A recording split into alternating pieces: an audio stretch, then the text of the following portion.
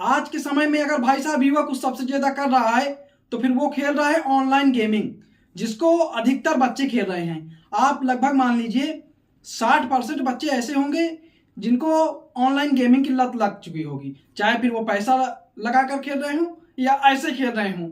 और भाई साहब लोग ये नहीं समझ रहे हैं कि इस ऑनलाइन गेमिंग का इफेक्ट क्या है उनके बच्चों पर, आखिर इसके क्या नुकसान है। और लोग अपने बच्चों को मना भी नहीं कर रहे हैं, और तब वो मतलब मना करते हैं, तब वो कुछ समझ पाते हैं जब बच्चा बिल्कुल तरह से उनके हाथ से निकल जाता है।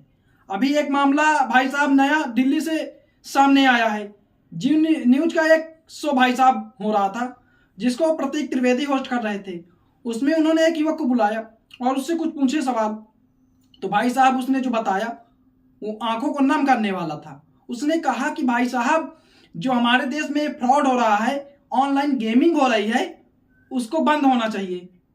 तो भाई साहब उनसे आगे पूछा गया कि आखिर क्या तुमने भी ऑनलाइन गेम खेला है, क्या तुमने भी कुछ इसमें हारा है। तो आगे वो बताता है जो ना भाई साहब वो दिल को तोड़ने वाला था। वो कहता है कि 96 लाख रुपए का कर्ज है।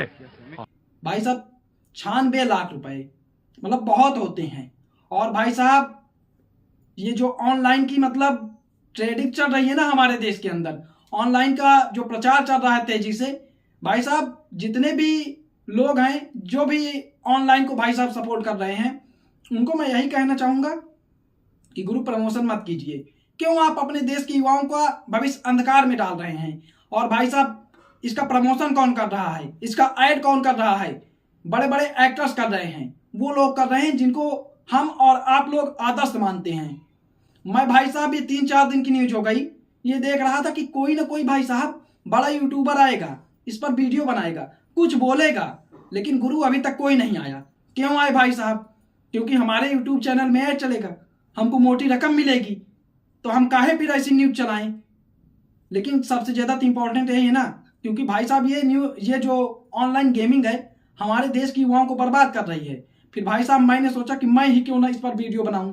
ठीक है भाई साहब, मेरा वीडियो कोई नहीं ज्यादा लोग देखते हैं, चलिए ठीक है 10-20 लोग ही देखेंगे, लेकिन कुछ तो देखेंगे, क्या पता उनको अच्छा लगे, वो आगे शेयर करें और कुछ लोगों तक और जाए, कुछ लोग तो इसको देख करके जागरूक होंगे।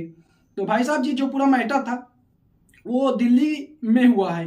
दिल्ली में प्रतीक त्रिवेदी होस्ट कर रहे थे शो, और भाई साहब उसमें हिमांशु मिश्रा नाम के एक लड़का को उन्होंने बुलाया, और भाई उस लड़के ने जो बातें बताई वो दिल को झंझोड़ने वाली थी। भाई साहब हिमांशु मिश्रा बताते हैं कि जब उन्होंने ये ऑनलाइन गेमिंग भाई साहब खेलना शुरू किया तो उनको ऐसी लत लगी कि गुरु वो 96 लाख रुपए धीरे धीरे करके ऑनलाइन गेमिंग में हार गए, और आज के इस समय पर उनके ऊपर कर्जा हो गया है। उनसे भाई साहब त्रिवेदी जी ने पूछा कि आखिर 96 लाख रुपए तुमने लिए कहां से। तो वो बंदा बताता है गुरु कि मैंने उधार लिए, उधार के बाद भाई साहब मैंने फ्रॉड भी किए, और फिर सबसे बड़ी बात यह है कि वो बताता है कि मेरी माता जी टीचर हैं। और भाई साहब आज का समय यह है कि ये स्थिति है कि मेरी माता जी मुझसे बात करने को नहीं तैयार है, फैमिली का कोई भी मेंबर मुझसे बात करने को नहीं तैयार है, मेरे बड़े भाई जो काफी अच्छे हैं वो मुझसे बात नहीं कर रहे हैं, मेरी भतीजी जिससे मैं बात करना चाह रहा हूं वो मुझसे बात नहीं कर रही है। और भाई साहब सबसे बड़ी बात यह है कि हिमांशु मिश्रा बताते हैं कि वो जेई मेंस क्वालिफाई हैं, और भाई साहब बीटेक की फीस वो जुए में हार गए। और वो कहते हैं कि अगर आज इस दौर पर मुझे सड़क में कुछ हो जाता है, कुछ उल्टा सीधा मेरे साथ हो जाता है, तो मेरे घर वाले मुझे देखने नहीं आएंगे, मेरे घर वालों को मेरे लिए कोई भी फर्क नहीं पड़ेगा। और अंत में भावुक होते हुए कहता है कि मेरे पास अब कोई रास्ता नहीं बचा है, मुझे लगता है मैं सुसाइड ही क्यों ना कर लूं। भाई साहब उनको सांत्वना प्रतीक त्रिवेदी ने दी। उन्होंने कहा ठीक है कोई आपसे बात नहीं करता है, आप यहीं आया करिए, मैं आपसे बात करने के लिए हूं, आप यहां आइए, लेकिन आप ऐसा वैसा कुछ गलत कदम नहीं उठाएंगे। अब भाई साहब बात यही है कि ये जो बड़े एक्टर हैं, ये जो भाई साहब बड़े यूट्यूबर हैं, आखिरकार ऐसा ऐड क्यों करते हैं जो हमारे देश के युवाओं को बर्बाद कर रहा है।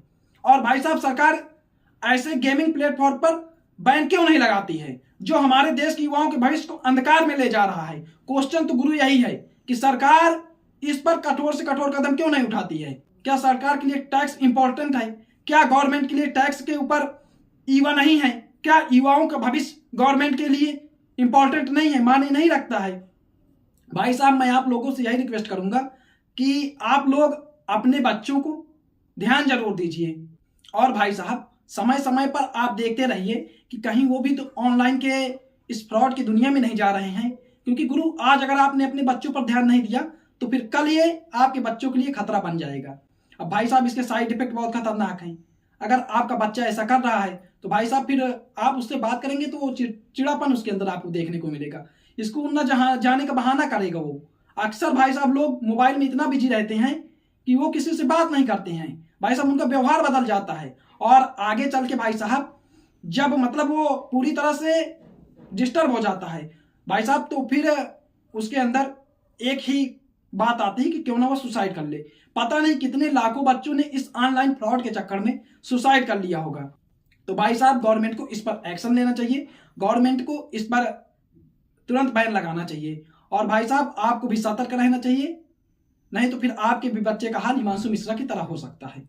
अब भाई साहब आप ज्यादा से ज्यादा इस वीडियो को शेयर कीजिए और लोगों को बताइए कि वो अपने बच्चों को ऑनलाइन गेमिंग के फ्रॉड की दुनिया से, अंधकारमय दुनिया से बचाएं। और अभी ध्यान दे लें गुरु, नहीं आगे आने वाले भविष्य में सब कुछ हाथ से निकल जाएगा, फिर कुछ नहीं होने वाला है। और गवर्नमेंट से मैं यही रिक्वेस्ट करना चाहूंगा कि भाई साहब इस मुद्दे पर वो ध्यान दे और ऑनलाइन फ्रॉड वाली दुनिया पर बैन लगाए। और भाई साहब अगर आपको वीडियो अच्छा लगा तो वीडियो को शेयर कीजिए, चैनल को सब्सक्राइब कीजिए।